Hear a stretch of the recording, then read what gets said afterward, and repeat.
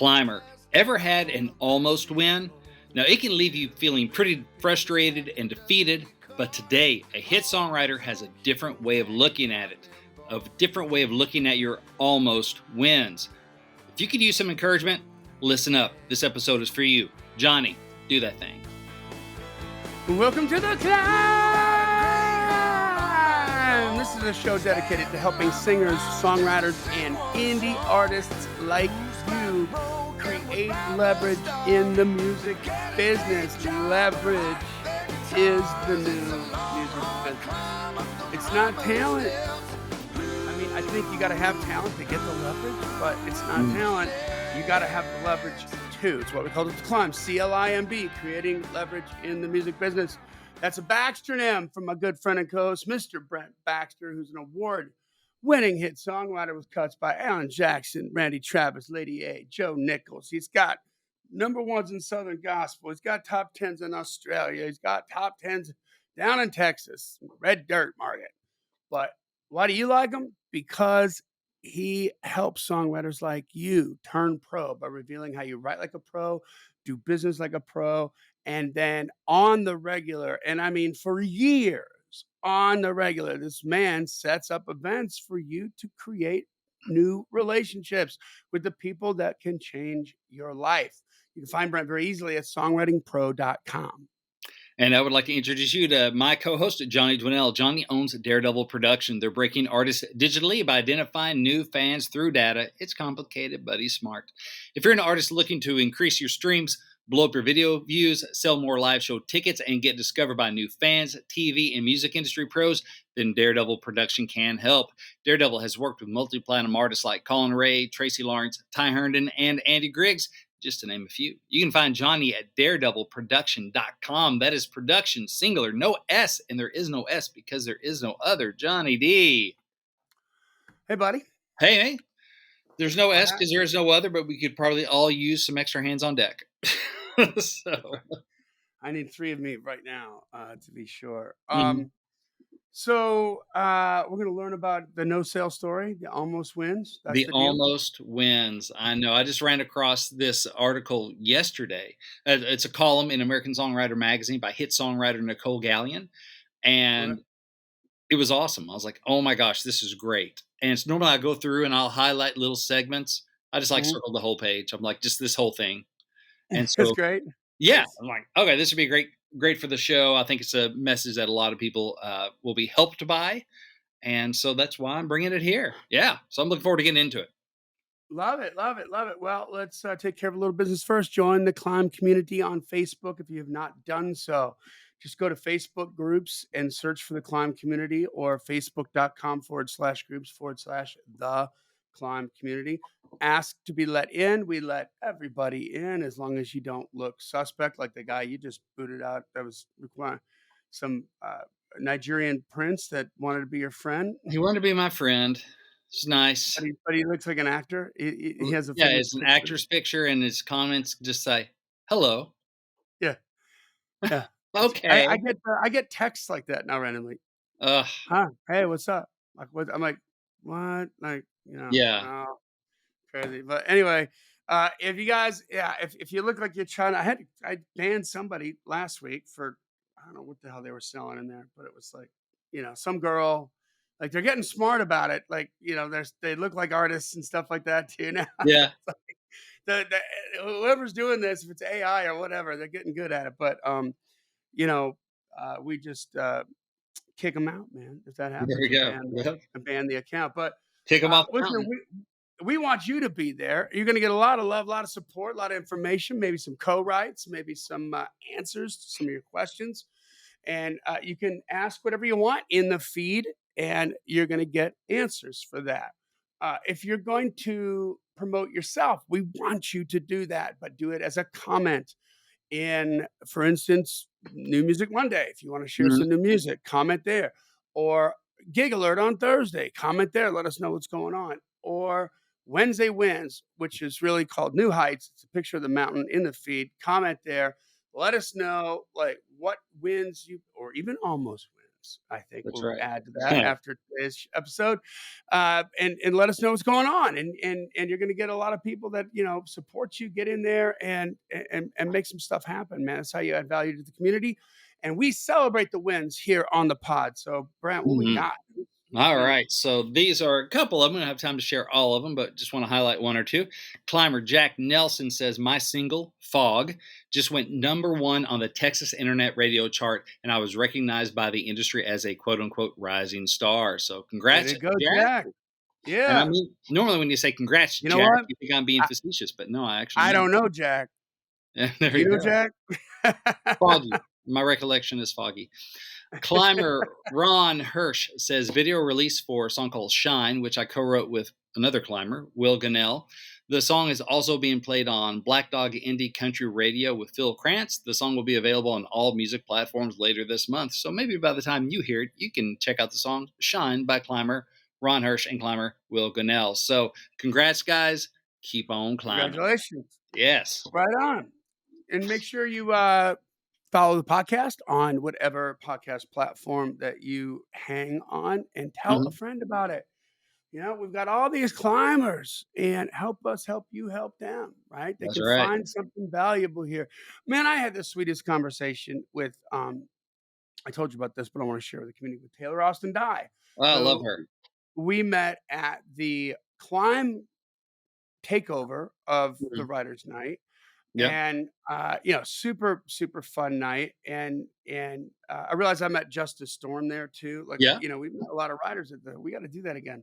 Yes. um but Taylor was just like, okay, so this might be too much information, but like, I would just put my earbuds in. I got a membership at the gym. I'm on the treadmill, and for 2 years, all I did was listen to like every episode of the Climb. And look at what she's doing. Look at what happened to her. Like, She is killing it, she is. and she listened to all those, and she will still write with me even after all Isn't that. that great? That's Isn't amazing. that great? It That's the wasn't like, miracle it in all wasn't being this. sarcastic. I love that. At first, I'm like, oh boy, here comes the butt. Like, Yeah, yeah, she's awesome. I've really enjoyed getting to know her, so that was an advantage of doing the Climb takeover, because I mean, she wasn't there to play; she was just hanging out, and yeah, because we didn't know her yet, and so no, yeah, we've struck up a friendship and written a couple killer songs together, I think, and hopefully she will agree, and we'll get more going, and we'll just yeah. hop on a So, time what I together. mean, like, if you're Taylor Austin Dye's friend who said you should listen to this podcast, how Thank you. cool are you? See my point? See my point? Like, you want to tell a friend about it, because good things can happen. So that's all I'll say about that. All right, Okay. get us into this. What's happening? All right. So, as you probably know, I am a subscriber to American Songwriter magazine. For a hot minute there, when they had a podcast network, The Climb was a proud member of the American Songwriter Podcast Network. But I've been a fan of the magazine for a while. And anyway, so I was looking over my new issue. This is the issue is this? It is the May-June 2024. And so Nicole Gallion, she is a hit songwriter, mostly country stuff, but she wrote Tequila for Dan and Shay. She wrote Automatic, Miranda Lambert, with co-writers and stuff. Bunch of hits. She's a knockout pro, man. She's a Mhm. really good writer. Anyway, so she started writing some columns and stuff for American Songwriter magazine. So I'm always happy to see those, because she knows what she's talking about. Anyway, so this one is called The Almost. And so, as I mentioned before, I read it just actually yesterday. I got to it, working my way through the magazine in my little bit of spare time around the 42 children I have. And this one just knocked me out. So I just wanted to share it with you, and we'll just kind of work our way through it, and add my take and your take as we go. But she starts Sure. off talking about watching like a high school basketball game and shooting free throws. And she said it's not the ones that clank off the rim that are obvious misses from the beginning, or the air balls that everyone reacts to. It's not the ones that you make that the crowd goes to the most like visceral reaction to. It's the one that just like rims out and Yeah. doesn't go in. And it's so close. It's that almost. And that's the one where everyone's like, What a great oh, analogy. That's true. Everybody's like, "Oh," like they oh, wanted it to go in. exactly. So she's talking. It's the almost shot that gets everybody's attention, and so they got her thinking about Nashville. And in Nashville, they tell you that the road to yes is paved with 1,000 no's. as if every door you encounter will simply be slammed in your face until one magically opens and the rest is history. And she says, not to be overly dramatic here, but it's actually a lot more brutal than that. It's a road of almost, the road no one tells you about that lets you know you're headed in the right direction. Hmm. So here she says it is, in her experience, a treacherous roadmap to the top for a songwriter. The path is not one for the faint of heart. If you have encountered any of these, you should not lick your wounds and go home. If anything, the following, if any of the following things are ripping your heart out, it actually means you're closer to making it than you ever have before. So Oh, our interesting. our The worse almost the pain gets, the closer you are. the closer to the breakthrough, right? Closer to the Yeah. breaking or through the breakthrough. All right, so the first one is the almost meeting. So this is when you end up at a bar, you're at Red Door, you're at the local, you're at wherever, and you're engaging in small talk with an A&R rep or a song plugger from a highly esteemed publishing company. They say, "Come play me some songs sometime." So you call them up. Actually, you follow through and you schedule a meeting with, and then on the day of the meeting, the assistant has to reschedule and will quote unquote be in touch. You Hmm. definitely made a contact, but only almost got the meeting. Yeah. Ever happened to you? Ever happened to you on the artist side with a label or anything Oh, like yeah. that? It's Oh, happened to me yeah. so many times. A million times. And you think like, okay, this is like, and this keeps shifting, right? It becomes relative, but it's like, oh, this is the biggest meeting I've gotten so far, Yes. Mhm. right? And Yeah, then it's it all doesn't happen. relative to where you are in your climb. Yeah. Yeah, it doesn't happen. You're like, oh man, Yeah. ugh, it's heartbreaking. It takes the wind right out of your sails because you think like this is the opportunity. This is it. Oh, yeah. This is the The one big thing. one. Yeah. Man, I've had rights that way where I've had rights on the books with big artists or with. I remember one time. This was like 2000, like early 2017. I was going to get I had a right on the books with Daryl Worley through a Hmm. mutual friend, and I'm a Daryl Worley fan. He's awesome. Have you forgotten? No, Daryl, I have not forgotten. And we had a date booked, and then I had to cancel because it happened to fall at the same time as an adoption trip to China when we got Ren and Quill. And I was like, Oh my god. oh, and we just never have gotten on the books, And other times when you have, yeah, a right that you're excited about, and then they bail and it doesn't happen. So almost meetings, it's a thing. It happens. So yeah, but thing is though, you definitely made a contact and you almost got a meeting. So don't be afraid of that almost. All right, let's see Well, what else. and some famous like there's like a lot of really famous almost stories, right? Like Mhm. that are even like more at stake than that. I think of the AC/DC story. Like they had just gotten signed.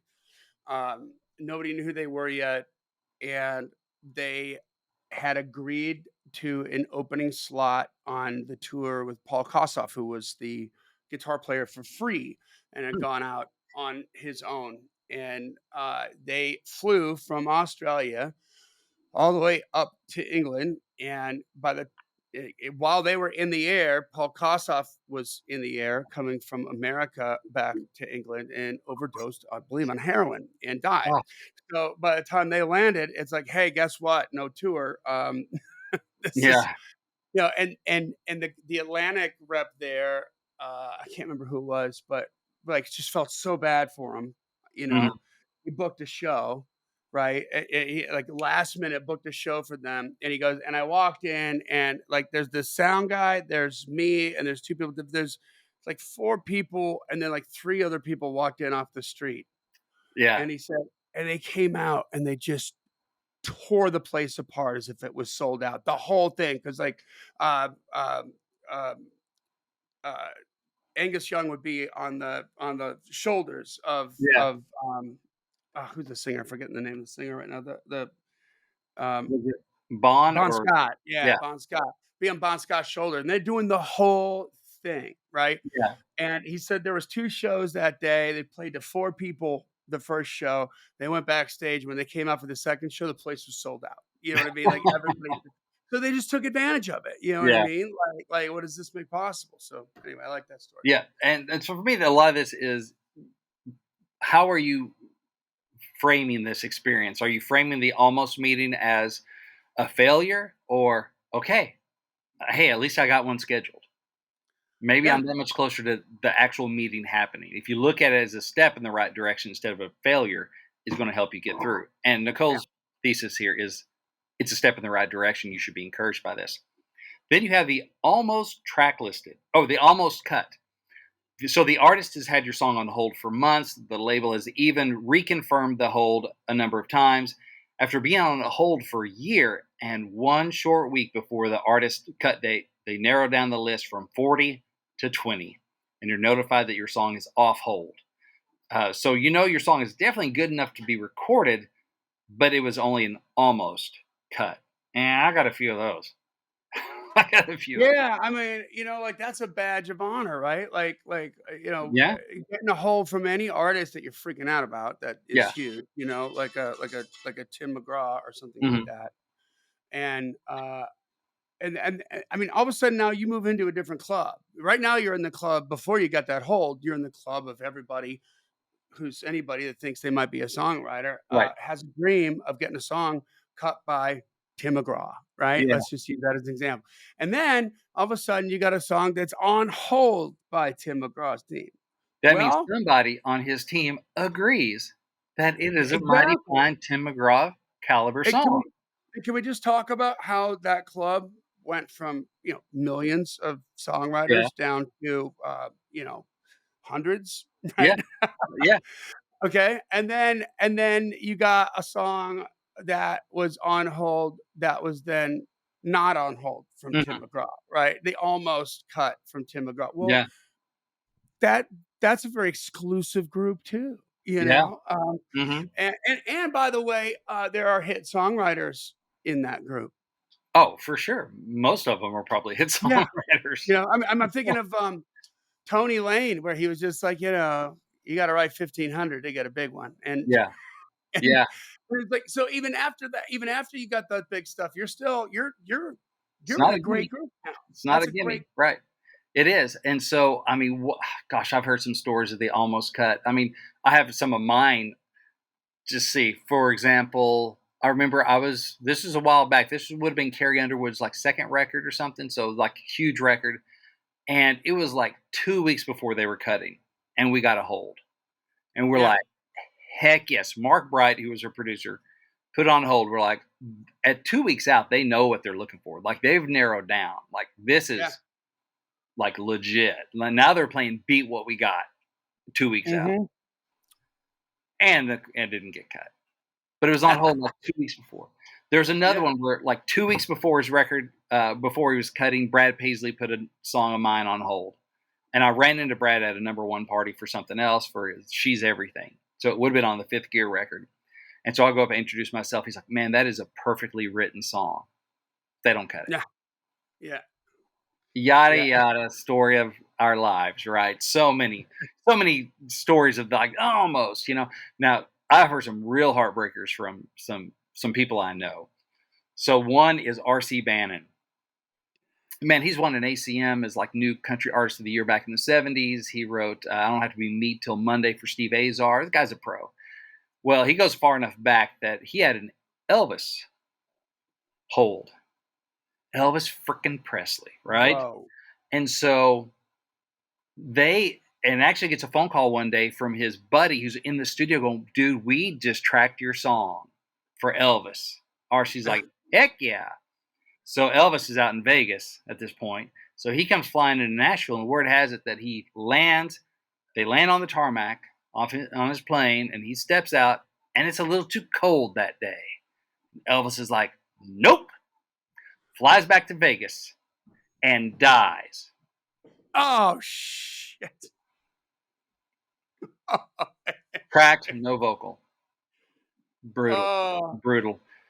Another one from friend of the show, Anthony Smith. What I've heard is that at one point he had 5 songs on hold for a George Strait record. Day of the cutting. Wake up! I got 5 George Strait holds. They're cutting today, baby. I'll make some George money, right?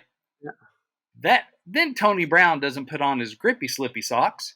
and he falls down his stairs at his house. This is George Strait's producer, Tony Brown, who also actually played with Elvis and legendary. Yeah. Tony Brown almost dies. He cracks his head open. He almost dies. And so the album is is delayed for months while Tony's recuperating. Thank God Tony does. But in the meantime, Anthony loses every one of those holes and ends up with nothing on the record. Oh my God. Thankfully, nobody died, but I'm sure part of Anthony did. So, so there are some brutal, I mean, the business is full of them. Normally, I do this thing on the C.L.I.M.B show on the part of Songwriting Pro, membership exclusive, and I've shared some of these on the C.L.I.M B, the hang. And I like to start off asking people, what's your biggest cut and what's your biggest bruise? And invariably, the cut is like pretty easy to pick one, right?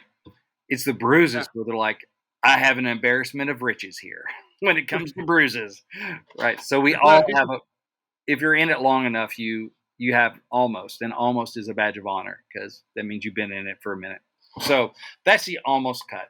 It's painful, but remember, you have a song that was in the running. That means somebody thought it was good enough, and more than one person thought it was good enough. It just didn't happen. All right. So next up, the almost track listed. The artist tells you how great the song sounds the day they record, and when the album details are announced all over the internet, your title is nowhere to be found. So close you could taste it, and sometimes so close you could even hear it when they secretly send you a rough board mix because they're so hyped about it. You definitely made the cut, but you didn't make the album. Funny enough, I have one of these stories too. Yeah, you do? Well, funny. It's amazing. The year was 2007. I'd been riding with Hillary Scott and Lady Antebellum a little bit, and they're working on their first record. It's November, I believe, and they're in the studio cutting their first record for Capitol Records, the self-titled record. And I get a text from Hillary. Just cut. I think the first one they cut was a song called "Last Night Last" that I wrote with her and Dave and Charles.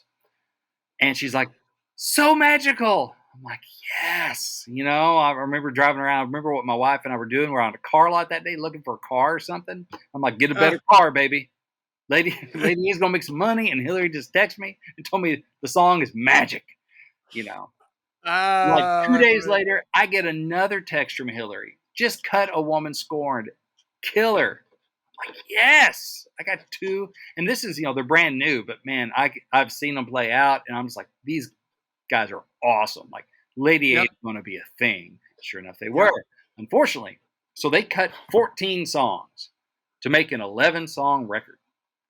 Well, guess which stack odds are pretty freaking good. I had 2 of the 3 non-tracked cuts on that record. And now one A Woman Scorned ended up being like a bonus track. Like if you pre-order the record, you could get it, send it, they download it to you or whatever. And the other one is ended up being an iTunes bonus track for the Need You Now record on iTunes Europe.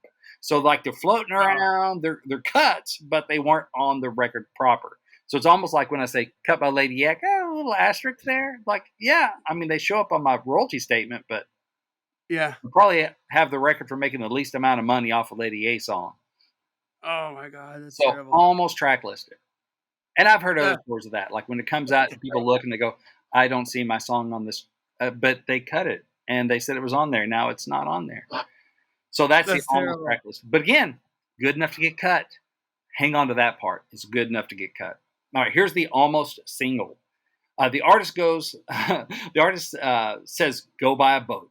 Because, man, this was going to be a smash. It's for sure the label's favorite, so much so that they greenlit the budget to make some new age sounding word for a video for whatever.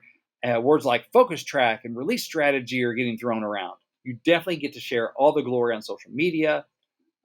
So when words like impact and algorithm start creeping into the conversation, and then when the radio ad date comes, it's track 2 and you're track 3. So you made the record, but you only almost heard your song on the radio. You didn't get the single. You're on the record. Congrats. You didn't get the single. So I I don't know if I have one of those stories, but friend of the show, Steve Leslie, I was over at his house years ago. We're writing that day, and he shows me a stack of Daryl Worley CDs, that had the sticker on it that say, featuring the hits, blah No, blah blah, and whatever. And one of them it was was his. packaged up like that already? Oh, it was packaged up with his song. He got like some of the singles that would be sent out to radio, but his song, I can't remember what the name of it was, wasn't a single. But they'd already Uh, put the sticker on there, everything. And like, nope, I don't think so. So man, that kind of well, stuff happens. so all right, so listen, suits don't always know. You know what I Of mean? course not. It's And art. some of the greatest, like, stories I got because it also, from the artist side of that, when you on a label, you're like, "This is what the single should be." Mhm. And then the label's like, "No, no, no, we're gonna go another way." Yeah, You know what I or it's mean? not testing well, or it's Yeah, the or for promo whatever team reason. thinks this or that. Yeah, I don't care about your team. What about your ears? Yeah, Listen to it. Like, like, does it make the hair stand up? Like, do you does it blow your skirt up? Does it get you excited? Is it cool? Like, forget the data. yeah. Just like, man, does it feel good? And there's been a lot of artists who have fought hard for Mhm. that. I think of John Cougar's Jack and Diane. The label didn't want to put it on there, and he put everything on the line. He risked everything and said, "No, this is a hit." You See, know, I've heard the opposite about that song, that he didn't want it to be a single. He didn't get it, and they put it out, and it blew I up. think he was the one that fought for it. I think he fought for it, Okay, and climbers, I hope I'm right about hit us that. up in the comments.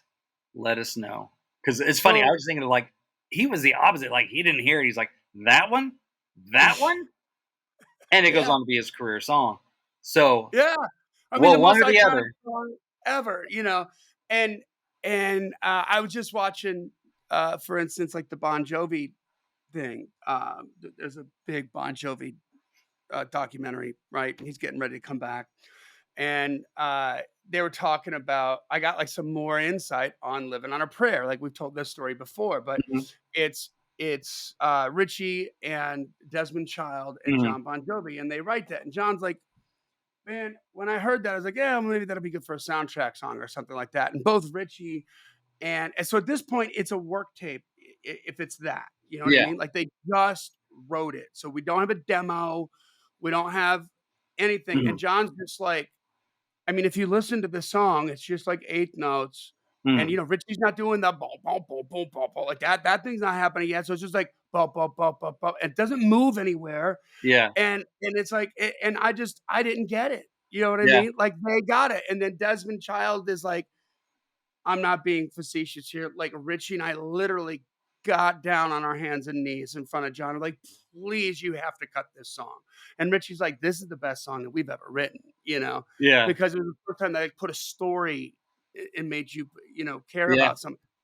So fascinating how, in that stage of the game, you don't hear it. And then I think yeah, about some of the best stories that I love to get, like Michael Wagner and I are friends now, and we get together every once in a while, and he takes me for a ride in his like really cool old truck. Like it's got this cherry out, like yeah, 1852 pickup truck, and we go right around in that thing and go grab some Mexican food at like one of his favorite restaurants and just hang and talk. yeah, Man, he's like, always like we would know. And this is a guy, I don't know how many albums he's done, but 105 million albums sold and the stuff that he's done. He's yeah, like, then the label people come in and then they screw it up. They would screw up so many records, especially for like debut artists and stuff like that, yeah, where they spend the money on the wrong song and your mhm, runway to take off is gone, right? So you're yeah, just screwed.